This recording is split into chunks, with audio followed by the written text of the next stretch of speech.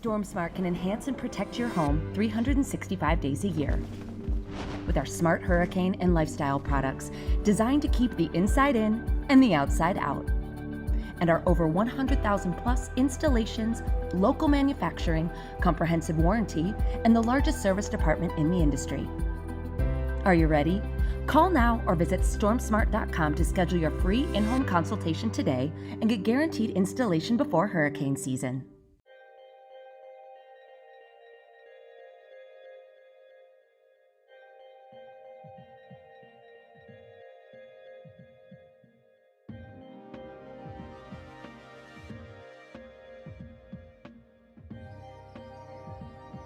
Time, weather, and always. How you doing, everybody? I'm Chief Meteorologist Dennis Phillips. Heat, still the hot topic of weather conversation, right? Just smashed the previous record for rainfall in Tampa. It's still a very nice day. We've got some clouds out there, even a couple of sprinkles as another front rolls through the area. Most of us wake up to sunshine and then very warm temperatures in the afternoon. Our temperatures, they're going up and they're staying up. Really nice forecast, especially if you're planning on going to the beach or the pool. Rain chances very slim. Another beautiful day in store. It's going to bring us a very high chance of storms. Some isolated showers across the area. Mother Nature likes to remind us that it isn't set by a calendar. We're always on it for you just in case things begin to pop.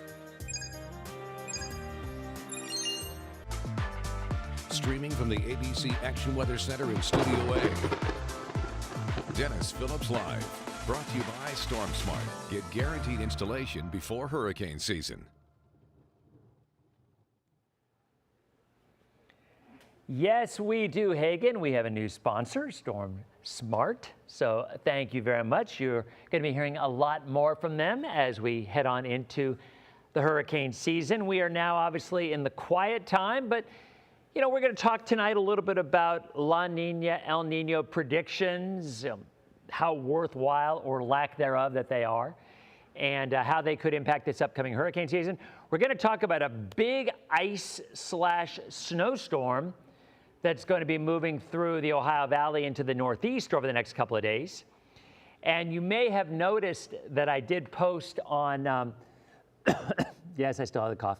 I get it every winter. I just do. I've accepted this is my lot in life. Every winter for 3 months I cough. And then you hear Pete in the newsroom blowing his nose because he always has cold or allergy issues too. We're a mess. Anyway, you may have noticed on my feed earlier on Facebook, a lot of you guys follow OMG It's Wicks, Florida guy who has created quite a niche for himself in terms of Florida man actions and Florida people. Just really funny stuff. I mean, I've followed him for years. I talked to him last year for a period of time because we both won Best of the Bay for different categories. And I was hoping to meet him that night, but he couldn't make it. And then last year we had a hurricane come in during the event, so I couldn't go. So I was talking to him briefly. I'm like, you know what? We should have you on DPL Plus, which is tomorrow night. So really, really funny guy. He's going to be emceeing a event called the Florida Man Games, which I know my buddy Mike Boylan over at Mike's Weather Page did that as well last year, helped MC or was involved in some way, shape, or form. And OMG It's Wicks, I know his name, but I don't know if he's released his name, so I'm just going to say OMG It's Wicks until he gives me authority to say what his real name is. But yes, he is absolutely hilarious, guys. Bridget, you're right, the flip phone. And I do have a flip phone at home somewhere. So I'm going to see if I can find it and bring it tomorrow because he is supposed to be here. So Adam, how goes it? April, yes, he is hilarious. Ron and Donna in Tarpon. Jennifer, how are you doing? Yeah, we've got some stuff to talk about. But as you see, I'll tell you what, let's start first, excuse me. Let's talk about our weather first, and then we'll get into the long range stuff, okay? So when I say our weather, I'm talking about the current weather. Look, we have fog in the forecast. We're going to continue to have fog in the forecast. We've had, we have a water temperature in the mid to upper 50s. When you have all that warm air, and we'll show that in a second. I don't know if I have a graphic for that. I don't think I do. but I need to find one. I absolutely need to find one. Desiree in Valrico, how goes it? Dunellen's in the house with Marie. Sean's talking about the Florida Man games. So, yeah, it's pretty entertaining stuff. Pamela in Auburndale, how are you? No. Is there such a thing as snow fog? I mean, yeah, kind of, sort of, but not for us, at least not out there right now. Wikiwachi, how are you? Sarah? Ryan, good to see you. Kurt. So let's go ahead. Tell you what, let's start with what's going on in terms of, because a lot of people want to know, as always, what's going on with the 540 line. The cold, the ice, the snow, not for us. Jen in Palm Harbor, how you doing? Lynn in Plant City, good to see you. Tina in Wikiwachi. Lisa in Spring Hill. Port of Tampa, Marie's here as well. Ramona and Crystal River. Yeah, you know, when we have our core group here, we do lots more hellos than if we have 50,000 people here. Barb in Alabama, how are you? Greg in Largo. Yeah, lots of fog out there, guys. Sherry in Auburndale. So yeah, we do have an opportunity to show a little bit more about what's going on here. So this is a look at the Euro, okay? And we're going to start with the wide view. Remember, the 540 line is the rain-snow line, and it is no farther south than central Pennsylvania, to quote Groundhog Day, which, as we all know, Phil did see his shadow, 6 more weeks of winter. So if you look at the Euro, this is today, this is tomorrow. You're looking at that storm system that's developing in the deep south for Arkansas, and you start to see the snow and the ice from Milwaukee through Minnesota, ice more of Des Moines to Chicago. This is tomorrow night.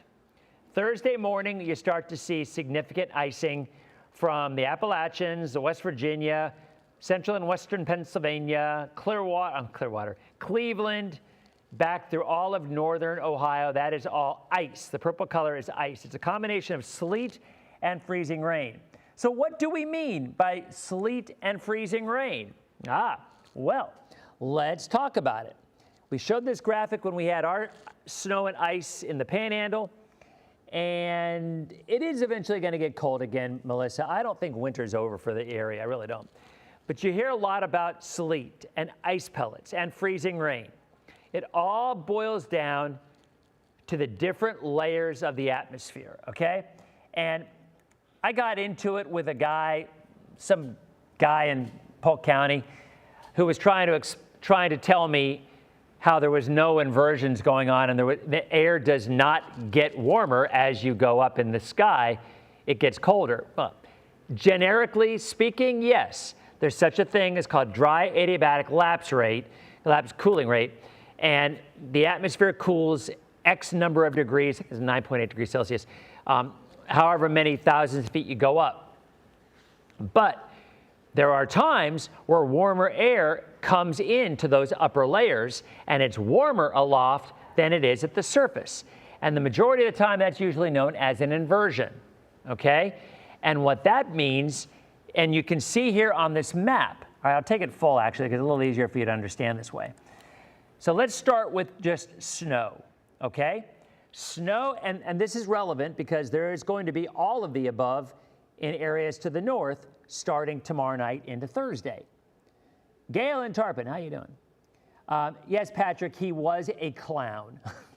And the thing that, I will go one step further. The thing that bothers me, look, if you're wrong about something, just admit that you've been wrong. I've been wrong 11 billion times over the years with my forecast. You do your best to try to get it right. Sometimes you don't. But when there's something that's factual and you're proven that it's factual, you're just like, all right, you know what, my bad. And then you move on. But this guy could not do it for whatever reason. He just kept doubling down on ignorance. And at some point, you just have to be like, all right, fine, just accept it for what it is. But what bothers me about it is I'm trying to spread information and teach a little bit about what we're doing. And when you got somebody just throwing stuff out there that's blatantly incorrect and unable to admit that they're blatantly incorrect, it's just frustrating. So that's kind of why I have a difficult time messing with it and dropping it. But no, it wasn't Patrick, Sean. Can't even remember what his name was, truth be told. So anyway, here's a look at the overall atmosphere from cold to warm. When you are below 32 and it stays below 32 on the right side of your screen, it will always be snow. All right, so that's an easy part. If it's below 32, it always stays as snow. Robert in the Villages, how you doing? So the next round, you look at sleet, okay? Now you see that blue line. That blue line is the freezing line, okay? Everything to the right or down of that blue line is below 32. Everything to the left or up above it is, in orange, is above 32. Now here's where it gets a little tricky. Sometimes the atmosphere, when you go up, actually can get warmer if you have an inversion. Usually it's as low pressure comes in. But when you have that, so you've got well below 32 degrees when you're way up high, 10,000, 15,000 feet, whatever. But as the precipitation starts to drop and it enters an area with warmer air, you get sleet or freezing rain. So what happens is, let's say you're at an area where it's cold and it's snow, and then it goes into that warmer air. It melts. Maybe it doesn't melt completely. Maybe it gets a little slushy. Maybe it stays close enough to freezing that those snowflakes stick together and turn into really big snowflakes, but they stay as kind of a wet snow. But when they melt to the point of almost complete liquid water, they then can go back into that colder air back at the surface, as you see right there. So you go from frozen to melted to frozen again. And those ice pellets are known as sleet. So they don't have those beautiful views, those beautiful crystalline looks like snowflakes do. Sometimes they're pellets, sometimes they are still crystal shaped, but they're much heavier because they're made of ice. They're ice pellets. So you freeze, you melt, you refreeze. Freezing rain, which is what they're going to experience in the Ohio Valley and in the Poconos and areas of western Pennsylvania, freezing rain is another animal entirely. Freezing rain is, and this is the part that gets a little tricky, okay? Little tricky, but I think it's very interesting. So you have your rain, your snow aloft, and it melts. It goes above 32 degrees and is in a liquid form. But potentially the water droplets themselves could be below 32 degrees. It's known as being supercooled. So they're technically sub-freezing, but in a liquid state, okay? You gotta just trust me on this one. It's hard to fathom because it's just not gonna freeze like that. You're not throwing it into an ice chamber where that liquid, once it goes back into sub-freezing temperatures, boom, it just freezes instantly. It doesn't work that way, right? It takes some time. But as you have this liquid state, supercooled liquid, once it makes contact on the surface of something that is 32 or below, whether it's an overpass, whether it's the land, whether it's the trees, whether it's power lines, it will instantly glaze as ice. So instead of a solid form, sleet, ice pellets, which bounce a lot of times off cars and whatnot, you have a liquid form that turns to a glaze of ice. And that's what folks up north are going to be experiencing in these areas that I'll show you in purple. And it is pretty much impossible to drive in freezing rain. You can drive in snow, you really can. If you have snow tires or even if you have chains, snow is not that hard to drive in. I grew up north, at least my driving days have pretty much been all up north until I moved down here. And so it's not that hard to drive in snow. Ice, black ice, forget about it. It ain't gonna happen, you can't do it. So the reason we're showing that is because for the folks up north, remember the 540 line, look where that 540 line is. It's way up in the lower peninsula of Michigan and in New York. So I mean, there's just no cold air anywhere near us. And I'll show you the close-up version in a second. But there's the ice, and there's your 540 line on Thursday afternoon. It's snow for much of New York, It's ice for Hartford. It's ice for New York City. It's ice for Wilkes-Barre Scranton. It's ice for State College. It's ice for Erie. And again, this is the Euro. And then it goes away. All right? And look at the 540 line. Then another storm develops Saturday into Sunday. Another one with more ice for northern Indiana and Ohio, Cleveland, 2 ice storms in 4 days. You got snow in Detroit. You got snow in Milwaukee. You got more ice in New York City. So 2 ice storms in the matter of 3 days, 4 days, and more snow in upstate New York. Boston, ice. Maybe ending as a period of snow on the backside. But for us, look at that 540 line. Nowhere near us. And look at that. Now, next Wednesday, another ice event potentially for Virginia, for the Carolinas. And that is snow for the Delmarva, excuse me, for Pennsylvania, for Ohio, and that's snow for New York, for the city, next Wednesday. And then another ice event by following Thursday. So in 7 days, the Euro has the potential for 4 snow and ice events in the Northeast. So let's take a closer look. Here's Wednesday. Here's Thursday. There's ice from Garrett County, Maryland, through West Virginia, from Harrisburg to Philly to State College. Pittsburgh might be rain. It's close. Erie, Cleveland, that's all ice. The purple color's the ice. New York City, that's like a rain-snow mix with some ice mixed in. All right? Connecticut, ice. Snow for Maine and New Hampshire and Vermont. And then Friday, you get clearing. That 540 line stays north. And then another area of ice for Pennsylvania and western New York. New York City, that's ice and snow. This is Sunday. Boston, that's snow. Ending as a period of ice. But that is some snow in Boston on Sunday.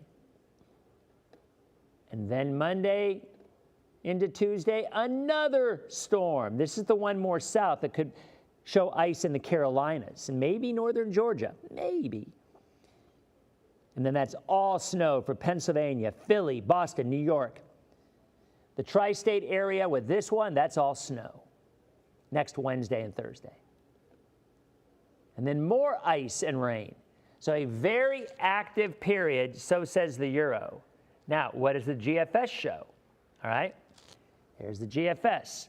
For Thursday, ice and snow, very similar forecast to what the Euro had for Thursday night. And then a clipper comes through with a little bit of snow. Right? Actually, it could be a lake effect. I take that back. Then you get another system move through. This is Sunday. This is actually Saturday night. GFS is a little bit faster than the Euro. So there's ice in Delaware, ice in southern Jersey, ice in western Pennsylvania. Snow in New York to start with some ice mixed in. More snow, Connecticut, New Hampshire, Rhode Island, Massachusetts. I have said this, you heard me say this once, I've said this 1,000 times. Predicting rain, snow, sleet lines is probably the hardest forecast there is. Hurricanes are a piece of cake compared to it. Here's next Tuesday, a day faster than the Euro, with snow in the Delmarva, ice in Virginia, ice in the Carolinas. The track with this one is a little bit more south. So it looks like it's more of a glancing blow for New York City with snow on Tuesday. And then another. So the Euro and the GFS are both in agreement with 4 out of 7 days snow and ice for the Northeast and the Mid-Atlantic. But the entire time for us, as in Florida, Thursday, Friday, Saturday, Sunday, Monday, maybe a little bit of rain with that low and a trailing front on Monday or Tuesday of next week, maybe. And another low out of the Gulf. See, now that one's interesting. You know, look at that ice as far south as Georgia next Friday. So the GFS is still showing the possibility of some of that cold air making it down to Georgia, but obviously not for us.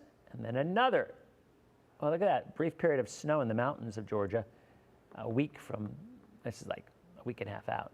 But anyway, so there you have it. So the point is, over the next week, if the mid-Atlantic to the northeast will have 4 different systems giving rain, snow, sleet, freezing rain, okay? For us, as Adam just said, fog and 80 every day. Our forecast is not going to change much. Why so much fog? Again, cold water temperatures. You got all this warm air, this warm, muggy air. The water's in the 50s. The Gulf is in the 50s. The ground is still chilly after our stretch of cold weather. So all those cold things on the bottom, you get that warm air mass on top. The cold air and cold water cools the bottom part of that warm, moist air, reaches saturation, 100% humidity, and you have fog. Piece of cake. The sun is not particularly high in the sky this time of the year, so sometimes it takes longer for that fog to burn off than other times.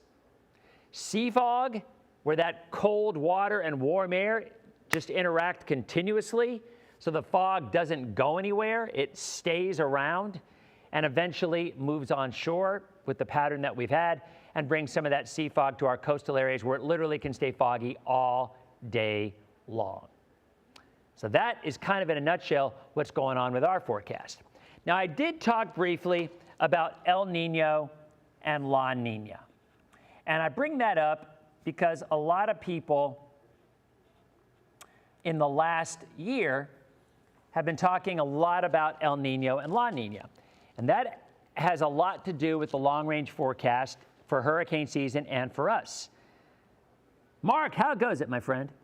Mark is in a fog in Indian Rocks Beach. So last winter, you remember, we were predicting a wet and stormy path. That is a very common weather phenomenon with El Niño. And El Niño is simply when you get an unusually warm amount of water off the coast of South America. Well, La Niña is the opposite of that. Now, these are never all or nothing, right? I mean, you can predict an El Niño or a La Niña during hurricane season or during the wintertime, and you're still going to have, I mean, that's just an overall broad-scale climate pattern. You're still going to have little periods of time where it'll buck the system. Now, first of all, we are not in a particularly strong La Niña anyway, but if you remember 3 or 4 months ago, and last winter, we were in a strong El Niño. The stronger the El Niño, the stronger the La Niña, the more impact it has on the weather in different parts of the country and the world. So we had a strong El Niño last year with this warm water off the coast of South America, and it pushed that storm track very near our area across the Gulf of Mexico. It's the subtropical jet. Oh, stand by. I'm getting a call maybe from Ryan. Just a second. Hello? Yeah. I am. Okay, I was just contacting you, but I will. Okay, I'll call you back. Okay, I love you. Bye. Okay, yes, Ryan. Forgot that I had DPL. Ryan says hello, by the way. You know, my daughter Ryan says hello to everybody. So anyway, back to what we had last year. We had a strong El Niño, and it brought, as you'll see here, a very active subtropical jet stream. Okay? So a very active subtropical jet is going to bring us a lot of rain. That one, there's no debating. It's going to happen. And that's what happened last year. Well, this year, the forecast was, and still is, as I can show you here right now, for a La Niña through spring, as you see right here.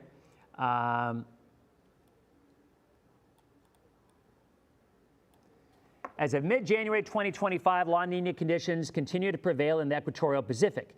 Sea surface temps in the Niño 3.4 region remain below the 0.5 centigrade threshold, a key indicator of La Nina. This follows the initial crossing of the La Nina threshold in December 2024. Okay?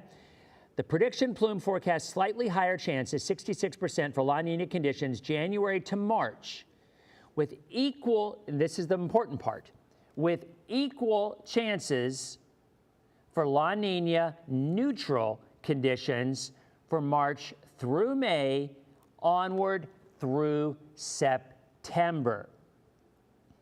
Okay? That is important. Why is that important?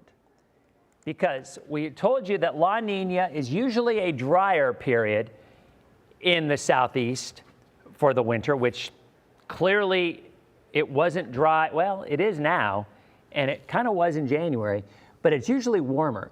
Clearly it was not warmer in January. So it is not an all or nothing. But this last year, when we had a La Nina, we knew darn well it was going to be far more active in the Caribbean during hurricane season, and it was.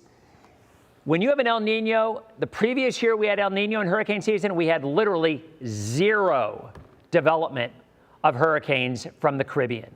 Zero. With La Nina, this last year, we had a lot. I don't remember how many, 5 or 6. So, point is, when we have a La Nina and a decent La Nina in hurricane season, we would expect more Gulf and Caribbean hurricanes. This upcoming prediction, as I just showed you, as you see right there, the prediction is neutral.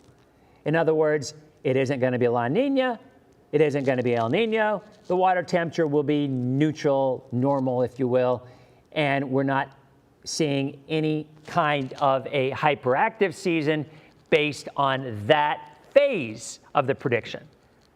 You guys know me. I'm not a fan of long-range hurricane predictions. I think they're a waste of time. I think they're confusing. I don't think they do anybody any good.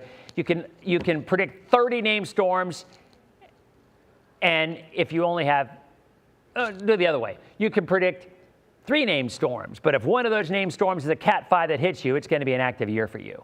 So, but the moral of this story is, with a neutral prediction, I suspect the long-range forecasts that are going to be coming out shortly will be lower than they were last year.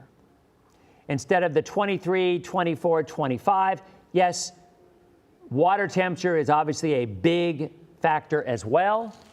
And the water temperature still expected to be above average, maybe not quite as high as it was last year, though. So I don't at all put any credence into long-range hurricane forecasting. But my point is, the ones that you will see will probably have a lower forecast than we've had the last couple of years. My guess is it's probably going to be closer to about 17 or 18. It's just where I'm spitballing right now.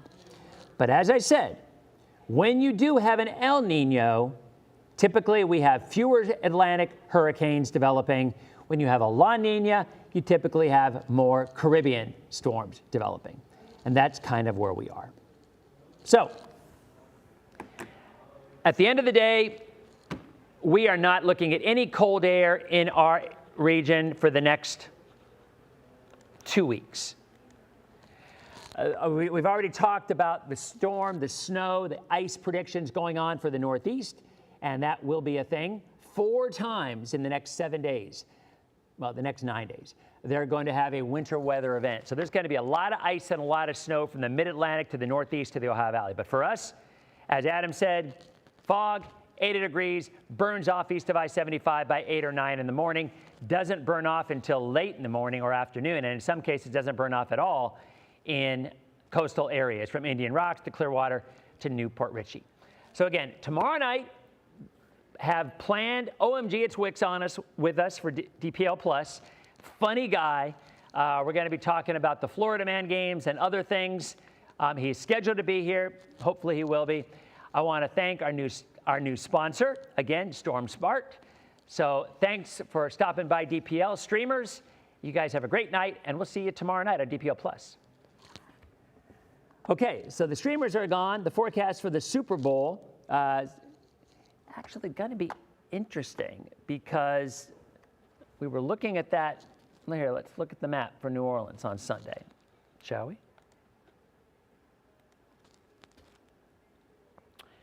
There's Sunday.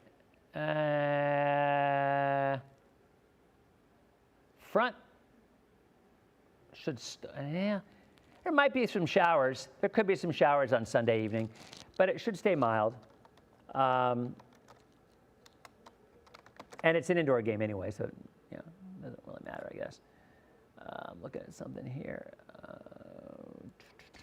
Let me see what the weather service is saying. My guess is probably partly cloudy with some showers and maybe high in the 70s. They're high of 77. They're going partly cloudy to mostly sunny, a chance of showers Monday night. So they're holding off the rain till Monday. So for the Super Bowl, the weather should be good. All right. So I guess that's about it. Ryan had an art show tonight. It was called Reflections in Pinellas County. And she just texted me that she won the film and video production category. She made a video. It was kind of cool. Girl's talented. I mean, she's been surrounded by video and TV stuff all her life. And you know her. She's not shy. She loves the performance part. But I thought it was interesting that she actually made a little production, a little film, and that won as well for the county. So no cooler weather max coming at all for the next 2 weeks. Sorry. Super Bowl predictions, you know what? I'll tell you. It's hard to go. The Chiefs have won something like 17 straight one-possession games. In other words, the final score was decided by one possession or less. There's something like 17-0 in their last 17 games. So if it's a close game and Patrick Mahomes has the ball in his hand, it's kind of hard to bet against them. But the money is coming in a little bit on Philly. The latest line is the Chiefs -1. The Chiefs were 1.5. They're down to 1. It's negligible, but a little bit of money might be coming in on the Eagles. I would argue the Eagles have a far more talented team. I mean, forget Saquon, who I love Saquon. You guys know me. I'm a Saquon fanatic. I always have been, being a Penn State grad. I have several Saquon jerseys. I'm not an Eagles fan, but I will be wearing my Saquon jersey on Sunday. But they have A.J. Brown. They have Devonta Smith. I mean, they've got great receivers. They've got a great running back who should be MVP. Won't be, but should be. And Jalen Hurts is a pretty solid quarterback. The Chiefs have, obviously, Travis Kelce. The receiving core is mediocre. I mean, Xavier Worthy is fast and good, but the receivers are nothing to write home about. Their running back, I mean, Kareem Hunt was sitting at home 2 months ago, literally not playing for a football team. And when Pacheco got hurt, they brought Kareem Hunt back in, and he's been the lead back since then. So talent-wise, the Eagles are a superior team. But Kansas City finds a way to win these close games. So I think it's going to be interesting. From the betting perspective on the Hard Rock, here's something I think is maybe worthwhile. If you think the Chiefs are going to win, do you really think the Chiefs are going to win and Patrick Mahomes is not the MVP? So you can lay a point and lay $1.10 or $1.15 or whatever it is you have to risk, or to take the Chiefs to win, or you could take Patrick Mahomes as the MVP, because if the Chiefs win, you gotta figure Mahomes will be the MVP. I mean, maybe not, but you gotta figure. And that's plus $1.25. So you're getting a little more value with Patrick Mahomes. You know what, I should bring our sports guys, one of our sports guy on Thursday to talk about Super Bowl props and the plays. I might do that. We're going to still talk about storms and stuff, but we might as well. It's the last DPL before the Super Bowl. But, you know, if the Eagles win, you know, I could say Saquon's the favorite, but maybe not. You know, A.J. Brown is a monster. Devonta Smith is a monster. And the two of those could easily have a couple of touchdowns. You know, maybe maybe the Chiefs try to shut down Saquon by stacking the line and leave the receivers open, and all of a sudden you've got wide receivers that have big plays. So we'll see. We'll see how it plays out. But yeah, I think having Kyle maybe on us on DPL on Thursday may be a good idea because he can give some. And again, it always makes me laugh because I'll post sports stuff. You guys who follow me know I maybe know more about sports than I do weather. I'm not even lying. I mean, sports has always been my thing. And you always get one or two people, oh, what do you know about sports? Stay in your lane and talk about the weather. I'm like, dude, you sell air conditioning for a living. You know, that's your job. But you know a lot about sports because you follow it. You know, you're a businessman. You're an accountant. You're whatever. You can still have a passion for sports and know a lot about it, right? I mean, it's not like one of those things that you go to school to learn about sports. You followed it all your life. So Kyle has been a sports fan all his life. He does sports here, but you know we have good conversations. Now, Cheryl brings up something that has been a very common discussion of late. It's rigged. The refs are rigged. Travis Kelce actually brought that up in media day yesterday. He's like, "Why are you guys going on with the theory that the games are rigged?" And of course, the response from most people out there, because they are, because the NFL wants Taylor Swift and the Chiefs to win. Look, that is a mindset. I personally don't subscribe to that mindset. I don't, but I don't know. Maybe they're right. So anyway, tomorrow night, like I said, tomorrow fog in the morning, dense fog advisory expected. Probably burns off by 9 or 10 o'clock inland, a little bit later along the coast. And hopefully we will have OMG at Twix for the DPL Plus tomorrow night, and maybe Kyle for DPL on Thursday for Super Bowl predictions. So you guys have a great night. Again, thank you very much to Storm Smart for our new sponsor, and we will see you on tomorrow night's edition of DPL Plus. You guys have a good night.